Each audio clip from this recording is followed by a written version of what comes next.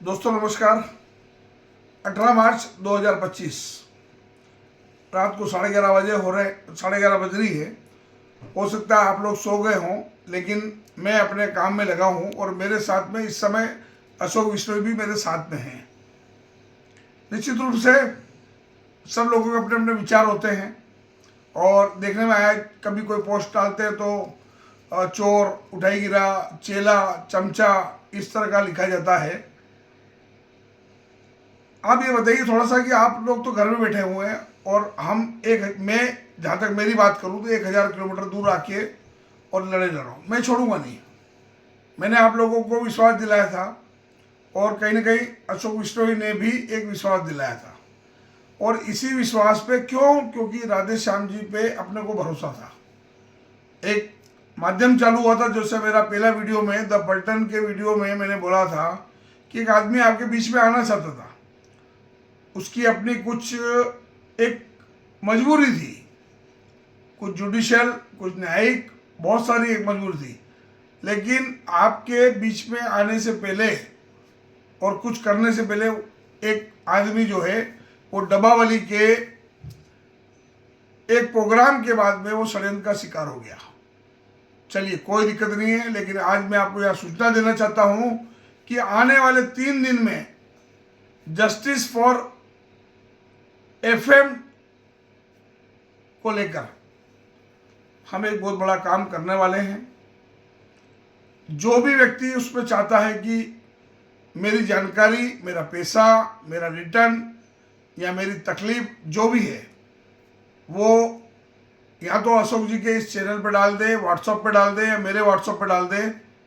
मैं सभी लोगों को नहीं जानता हूं, लेकिन वो जिस तरह से भी नंबर निकाल के अगर वो डाल सकते वो डाल दे।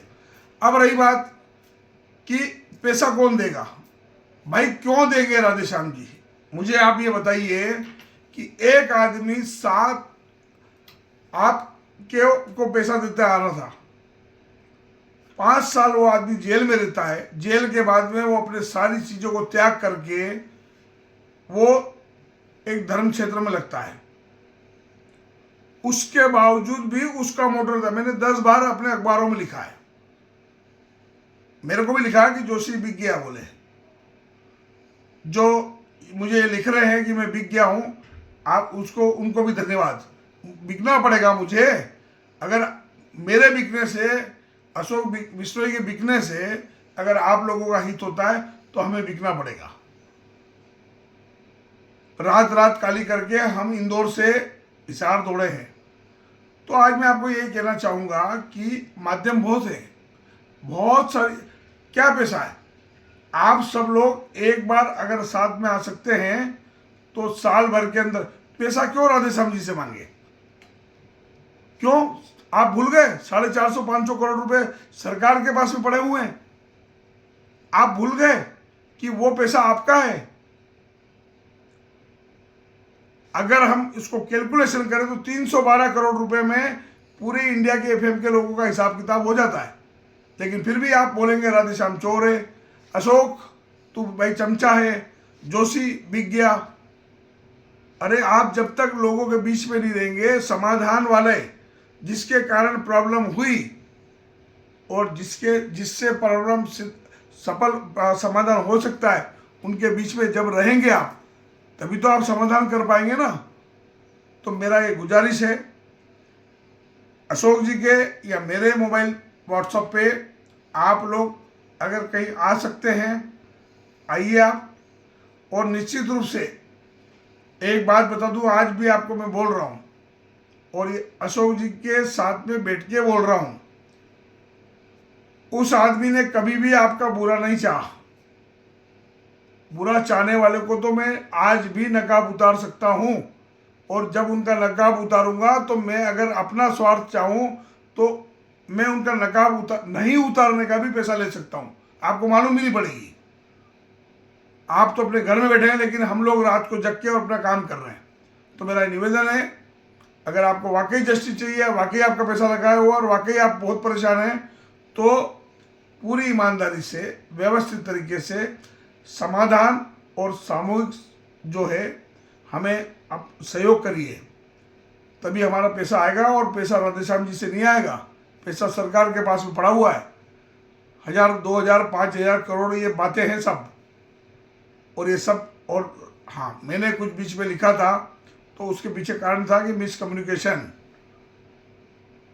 और वो इन 8 महीनों में मैंने एक एक डबावाली से लेकर सिसवाल धाम के अंदर घर तक जाके देखा है कि आदमी किस स्थिति में चल के और अपना काम कर रहा है। आपके बीच में आना चाहता था, लेकिन लोगों का षड्यंत्र सफल हुआ और राधेश्याम हार गया। इसलिए आप जो वीडियो देख रहे हैं ना, वो जो आदमी कह रहा है कि मैं कुछ भी नहीं करूंगा, हार गया। हार इसलिए गया कि आपने 1500 किलोमीटर दूर बोला कि राधेश्याम चोर है।